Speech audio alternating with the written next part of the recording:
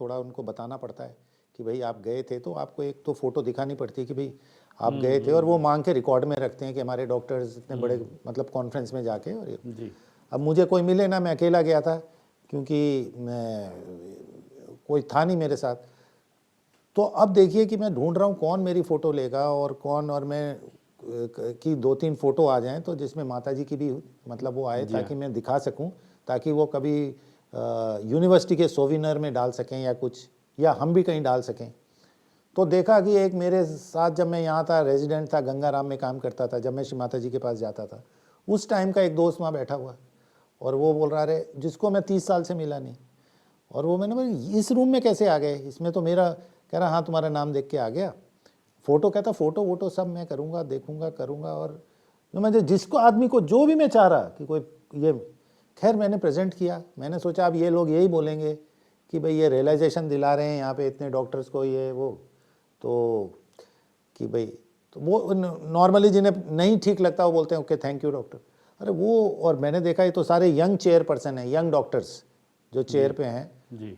तो मुझे लगा कि ये लोग तो बोलेंगे कि ये क्या है, और वो तो खड़ा होकर बोलने लगा कि सर ये तो आपने बेस्ट प्रोग्राम कर दिया, ये तो आपने हम डॉक्टर्स को बताया, और वो पब्लिक को बता रहे वहाँ पे जितने जो डॉक्टर्स बैठे थे, ये देखो डॉक्टर साइंटिफिक बता रहे कैसे कैसे करना है, और हम लोगों को करना चाहिए, ये चीज़ माननी चाहिए। तो मैं इतना हैरान हो गया, मैंने कहा आपका बहुत धन्यवाद, आप इतना कुछ बोल रहे हो। कह रहे मैं नहीं, आपने सही में, आपने सही बताया बिल्कुल। और ये तो आई वॉज सो हैप्पी कि अब मुझे समझ आया कि ये जो आपको जो चैतन्य महसूस हो रहा है, वो श्री माता जी चैतन्य नहीं, सारे डीटीज आसपास होते हैं और आपको हर तरीके से हेल्प करते हैं, मदद करते हैं। अगर आप सहज योग का काम करने का, माँ ने आपको माध्यम चूज किया है या आप कुछ इच्छा करते हैं। उससे कुछ दिन पहले मैंने ऐसे ही डिज़ायर किया कि बहुत दिन हो गए, मैंने थीसिस कराई थी, जैसे फादर ने कराई थी सहज योग पे, वो कराई थी 2013-14 में जी। उसके बाद से फिर हम अपना दूसरे करने लगे। फिर मुझे लगा इस बार कुछ करना चाहिए।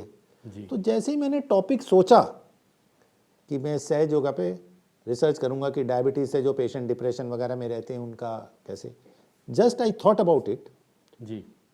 And vibratory awareness started improving. मैंने कहा यार ये क्या हो गया, मैं तो कुछ कर नहीं रहा, अब तो मैं हॉस्पिटल में बैठा हूँ, ये मुझे क्या फील होने लगा कि भाई चैतन्य फील होने लगा। जैसे ही आप सहज योग का कुछ डिज़ायर करते हैं, कराती माँ ही है, लेकिन जैसे ही आपको, आप ये समझिए कि माध्यम लोकेट होते हैं, उसके साथ आपको ये वाइब्रेट। तो जैसा कि श्री माता जी से किसी ने पूछा कि माता जी कई सहयोगी हैं जो बहुत अच्छा ध्यान करते हैं और ध्यान धारणा बहुत करते हैं, पर माता जी कई सहयोगी हैं जो प्रोपोगेशन बहुत करते हैं, पैम्फलेट छापते हैं, घर घर बांटते हैं, बहुत अच्छा भाषण देते हैं, स्टेज पे बोलते हैं तो लोग पूरे मुग्ध हो जाते हैं और सहयोग की तरफ खिंचे चले आते हैं। कुछ लोग हैं आपका मीडिया से बहुत करते हैं, इंटरनेट से, इधर से। तो माता जी इनमें से मतलब आपकी विशेष कृपा किस पे रहेगी? तो श्री माता जी ने कहा मेरी कृपा इन तीनों पे नहीं, मेरी कृपा विशेष उस पे रहेगी जो प्रोग्राम के लिए दरी बिछाता है। जी, तो मतलब ये है कि जो प्रोग्राम में किसी भी लेवल पे श्री माता जी के प्रोग्राम में सच्चे हृदय से कर रहा है, चाहे वो कोई पानी लाने वाला हो, चाहे वो सिर्फ कार से लोगों को ला के छोड़ने वाला हो, जो भी होता है, कैमरामैन हो, they are the people who, उनको पता भी नहीं होगा कि उनको ब्लेसिंग्स मिलती जाएगी। तो ऐसे ही कोई मेरे को सहयोगी बोल रहे थे कि आप सहज का कोई भी काम पकड़ लो जी। किसी भी उसमें, किसी भी क्षेत्र में, और that is the best way to improve your vibratory awareness. आप कहते हैं कि भाई मीन्स सबसे आसान शॉर्टकट, आप ध्यान करिए और ध्यान में गहनता उतरिए उतरिए उतरिए उतरिए, अच्छी बात है, वक्त लग जाता है, बहुत फेथ ये सब लगता है, लेकिन जब आप सहज का प्रोपोगेशन काम करने लगते हैं या सहज को आपको माँ माध्यम बना लेती है उसका, तो you should be grateful because उसका बाई प्रोडक्ट ये है कि vibrations will come and help you. But this happens, this is extra vibrations you are getting for the Sahaj work. So कई लोग रिपीटेडली सहज वर्क करते जाते हैं to improve their this thing. तो ये कुछ एक्सपीरियंसेस थे मेरे जो मुझे लगा कि मैं आपके साथ शेयर करूं कि लोगों को कैसे रिकग्निशन होने चाहिए, कैसे सहज वर्क। एक और आपको बात बताता हूं जी। मैं प्रतिष्ठान में उसी टाइम 95 की बात है, 97 की, मैं गया फिर से। सर सीपी की थोड़ी तबीयत खराब थी, सर सीपी मेरे को बुला लेते थे, दिल्ली से मुझे बुलाया, मैं गया। तो उस टाइम अपना ये धर्मशाला वाले जो अपने योगी महाजन जी, जी हाँ जी। योगी महाजन जी उस टाइम सेवा में थे माता जी की। जी। तो योगी महाजन जी आए, माता जी से बोला, कोई कंपनी थी, कोई पार्ले या क्या कंपनी, मुझे याद नहीं आ रहा, वो कंपनी में सहज योगा का छोटा सा वर्कर्स के लिए प्रोग्राम है, तो माता जी आपकी आज्ञा चाहिए, मैं करने जा रहा हूँ।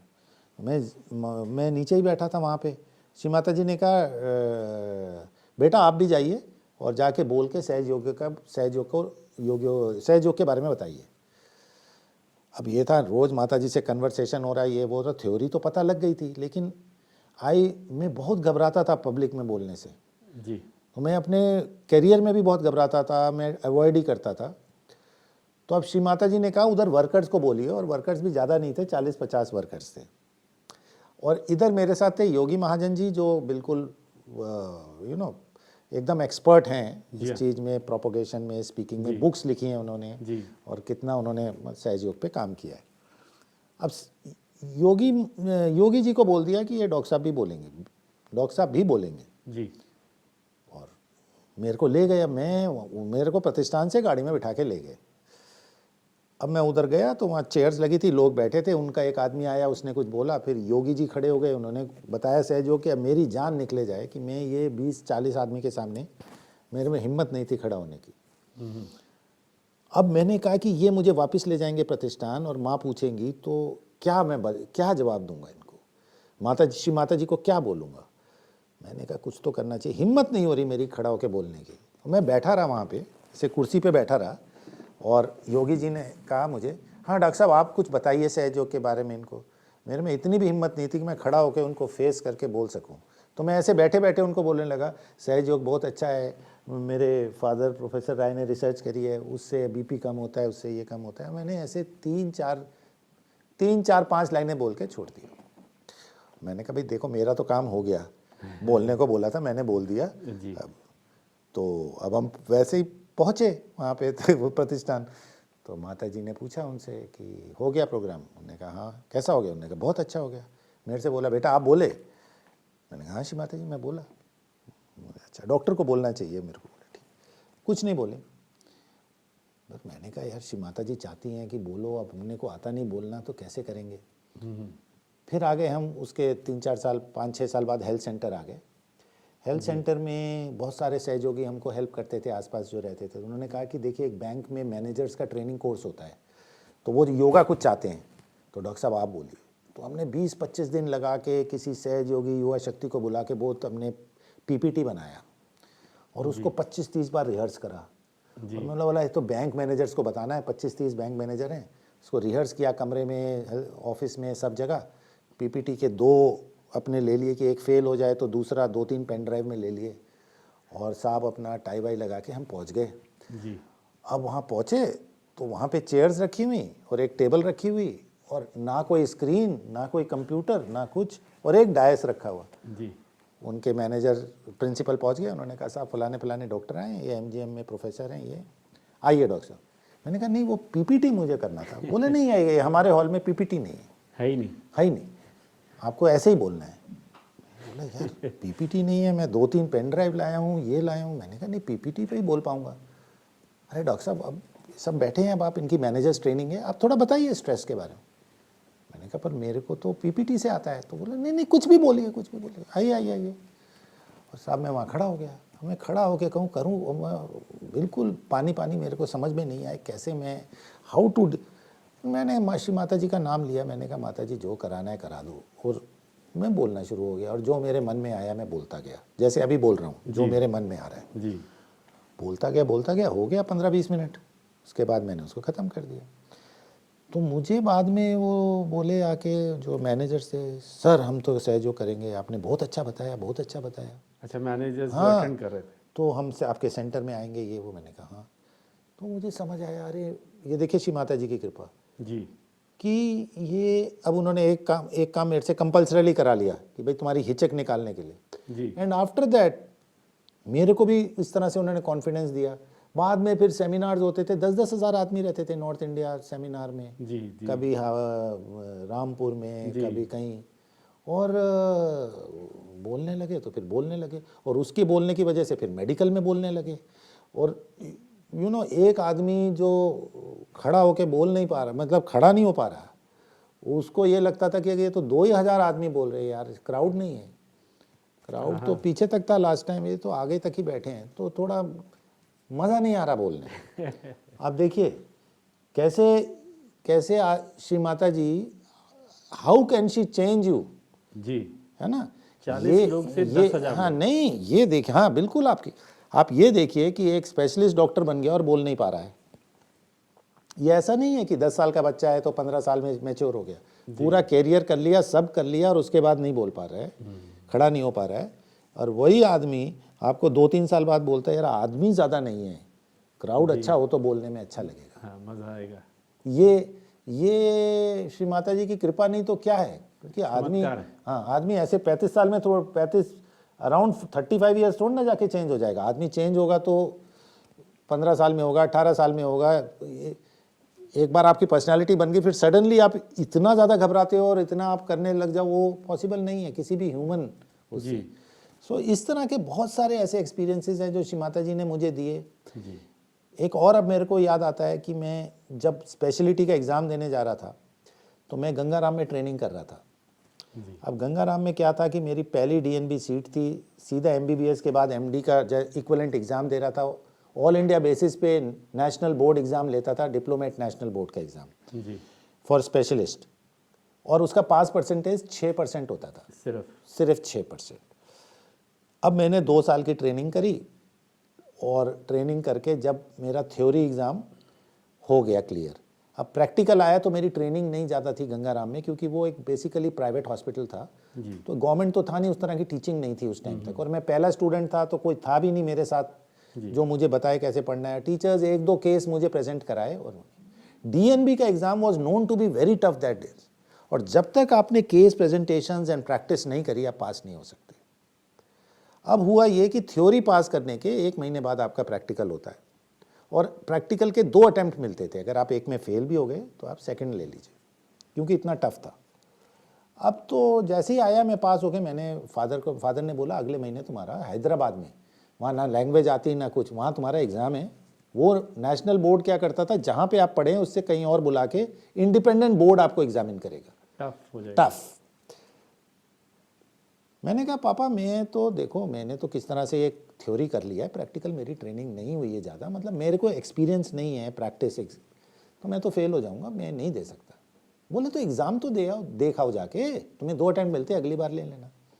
मैंने कहा देखना क्या है, मुझे पता है क्या होता है, पर मेरी ट्रेनिंग ही नहीं है, मैंने प्रैक्टिस ही नहीं करी है, मैं फेल हो जाऊंगा, फेल होके मेरा मॉरल डाउन हो जाएगा जी। मैं सीधा सेकंड अटेम्प्ट लूँगा 6 महीने बाद। बोले नहीं भाई, तुम अटेम्प्ट तो लो, नहीं तो तुम फिर उसमें ये हो जाएगा, पढ़ाई नहीं होगी, तुम छोड़ दोगे। इतने में क्या हुआ कि वो कुछ रिसर्च की बात के लिए उन्होंने श्री माता जी को फ़ोन लगाया, प्रतिष्ठान जी। अब एज लक वुड हैबिट मैं साथ में ही खड़ा था, वहीं पे बैठा था मैं, तो उन्होंने श्री माता जी को प्रणाम किया, ये किया, और थोड़ा रिसर्च की बात करी। उसके बाद बोला माता जी ये संदीप का थ्योरी तो क्लियर हो गया, आपकी बहुत ब्लेसिंग्स हैं, ये प्रैक्टिकल के लिए जाता ही नहीं है, ये बोल रहा है कि मैं तो पास नहीं हो पाऊँगा, तो ये जाता ही नहीं, आप इसको कुछ कह दीजिए या कुछ उसको बोल दीजिए, क्योंकि एक बार 6 महीने रह गए, साल निकल गया तो फिर वो फिर रहता नहीं, मोमेंटम रहता नहीं। और ये फिर माता जी ने कहा घबरा क्यों रहा है, उनको फ़ोन पे बोला, तब लैंडलाइन थी तो स्पीकर नहीं था, पर फादर ने बताया। माता जी ने कहा घबरा क्यों रहा है, तो डैडी ने मेरे से पूछा, श्री माता जी पूछ रही हैं घबरा क्यों रहे। मैंने कहा वो मेरे प्रैक्टिस नहीं है, मैंने केस प्रेजेंट करे नहीं है, मैं उधर नहीं कर पाऊँगा, वो बहुत सीवियर है। मैंने कहा माता जी थोड़ा टफ होता है एग्ज़ाम, इसका उतना तैयारी नहीं है। माता जी ने कहा अरे कोई घबराने की बात नहीं है, उसको बोले जाए, उसको बोलिए जाए। तो मैंने कहा, वो फादर बोलते माता बोल रही जाओ, तो मैं प्लस माइनस खड़ा था। फिर श्री माता जी ने एक वर्ड यूज़ किया, एक सेंटेंस बोला, अच्छा उसको बोलिए अभी जो कुछ मांगना चाहता है मांग ले मेरे से। अरे क्या बात है। Anything he desires will be done, ask. Ask him. ईश्वर खुद कह रहे हैं Yes. मांग लो, जो मांगना वरदान है। मांगो। अरे मैंने सोचा, अब मैं सोचता हूँ, तभी तभी तो मैंने फादर ने कहा माता जी बोल रही हैं जो मांगना है मांग लो, जो मांगोगे वो पूरा हो जाएगा। मैंने कहा अच्छा ठीक है, फिर तो मैं पास हो जाऊँ बस, और क्या मांगना है। बोले ठीक है माता जी वो तो एग्ज़ाम का ही कह रहा है। तो मैं जाइए जाइए, ठीक है साहब। अब मैं एग्ज़ाम में गया। एग्ज़ाम में गया तो मैं अकेला आदमी जो डायरेक्ट आ रहा था डीएनबी देने, बाकी सारे एम्स वगैरह से एमडी करके आ रहे थे। जी।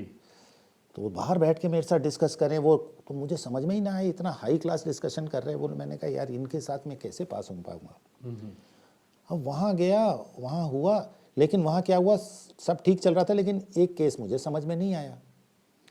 और वो केस में वो मेरे को बोलते गए कि आप प्रेजेंट करो। मैंने कहा कि नहीं देखिए ऐसा है कि मेरे को ठीक तरह बताया नहीं कि कौन से सिस्टम का है, 20 मिनट होते हैं, तो मेरा एक सिस्टम है प्रेजेंट करने का, मैं नहीं करूँगा जब तक आप मुझे एक्स्ट्रा 20 मिनट नहीं देंगे। तो वो बोले कि नहीं नहीं हम लोगों की तो अब ख़त्म हो रहा है, ट्रेन का टाइम हो रहा है, हमें तो जाना है। तो एग्जामिनर्स में आपस में बात करी, इसका क्या करें, ये तो प्रेजेंट ही नहीं कर रहा है, तीसरा केस। उन्होंने कहा इसको अभी थ्योरी पूछ लेते हैं, बाद में इसको टेबल वाइवा पे देख लेंगे। उन्होंने थ्योरी पूछा और थ्योरी मेरा बहुत अच्छा पढ़ा हुआ था, मैंने सारा बताया। वाइवा में पूछा, वहाँ भी बहुत अच्छा पता है, लेकिन केस एक रह गया मेरा, मतलब मैं उसको ढंग से नहीं कर पाया। जी। अब मैं घर आया, घर में मेरे को पूछा भाई कैसा हुआ, मैंने कहा मैं तो फेल हो गया। बोला यार नहीं फेल नहीं। मैंने कहा एक तो मेरा केस ही नहीं हुआ ढंग से, तो बाकी तो 2 ठीक हो गए, एक केस नहीं हुआ, एक केस नहीं हुआ 3 में से तो फेल हो गए। तो फादर ने बोला कोई बात नहीं, दे देना 6 महीने बाद। अब साहब 15-20 दिन बाद रिजल्ट आया। रिजल्ट आया तो मेरी पूरे इंडिया में सेकंड पोजीशन थी। क्या बात है सर। Second position. जितने मेरे साथ एम्स के और पीजीआई चंडीगढ़ के एमडी दे रहे थे सारे फेल थे। सारे फेल हो गए। हाँ, वो 6% लोग पास हुए, जितने हम टोटल 12-15 दे रहे थे उसमें से 3 लड़के, और पिछले बैच के 1-2 लड़के, टोटल मिला के 6 पास हुए। उसमें मैं पूरे इंडिया में, तो वो बाद में जब रिजल्ट निकला तो मेरी तो पोजीशन थी। और तो मैं अपने गंगाराम गया, वहाँ तो सब मेरे को पॉइंट कर रहे, ये आदमी पहले अटेम्प्ट में पार्ट 1, पहले अटेम्प्ट में पार्ट 2, ये है।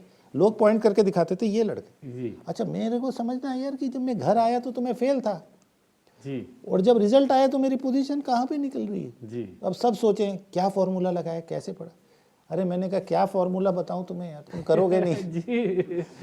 तो बहुत बढ़िया, बहुत बढ़िया जी।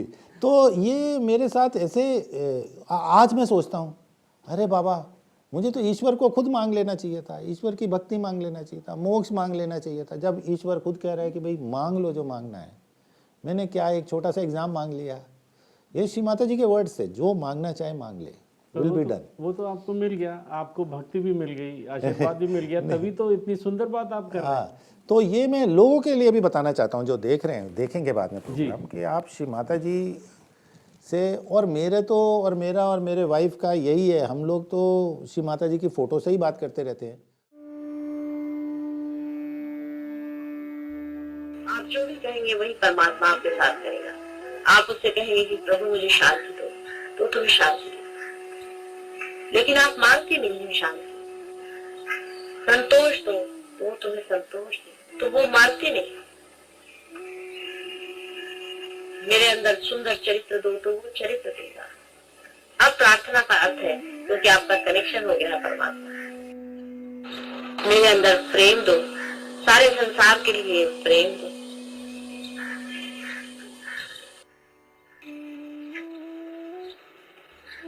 मुझे माधुर्य दो, मिठास दो,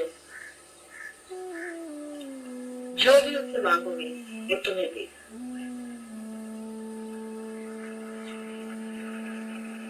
और कुछ नहीं मांगो, अपने लिए ही मांगो। मुझे अपने चरणों में संभालो, मेरे गुण को अपने सागर में संभालो। जो भी कुछ मेरे अंदर अशुद्ध है उसे निकाल।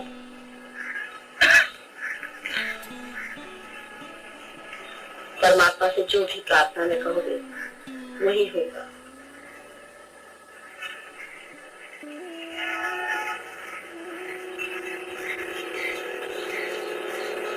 मुझे विशाल करो,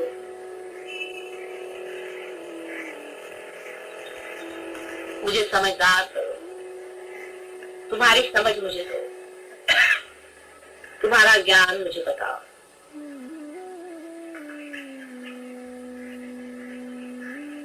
सारे संसार का कल्याण, सारे संसार का हित हो, सारे संसार में प्रेम का राज्य हो, उसके लिए मेरा दीप जलने दो, उसमें ये शरीर मिटने दो, उसमें ये मन लगने दो, उसमें ये हृदय खपने दो। सुंदर से सुंदर बातें सोच करके उस परमात्मा से मांगो। जो कुछ भी सुंदर है वही मांगो तो मिलेगा। तुम असुंदर मांगते हो तो भी वो दे देता है, बेकार मांगते हो तो भी वो दे ही देता है, लेकिन जो असली है उसे मांगो तो क्या वो नहीं देगा?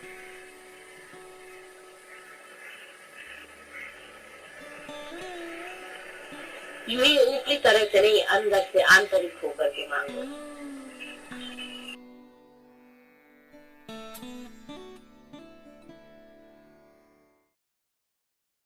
जैन फिलोसफी समझाती है कि दुनिया की हर चीज से कनेक्टेड है। इस होलिस्टिक पर्सपेक्टिव पे ध्यान देना है। जब भी आपको दुनिया को समझना हो, संसार को, अंतिम सत्य को समझना हो, बस इस चित्र को देख लीजिए। जैन लोग मानते कि आत्मा है, परफेक्ट है, जानते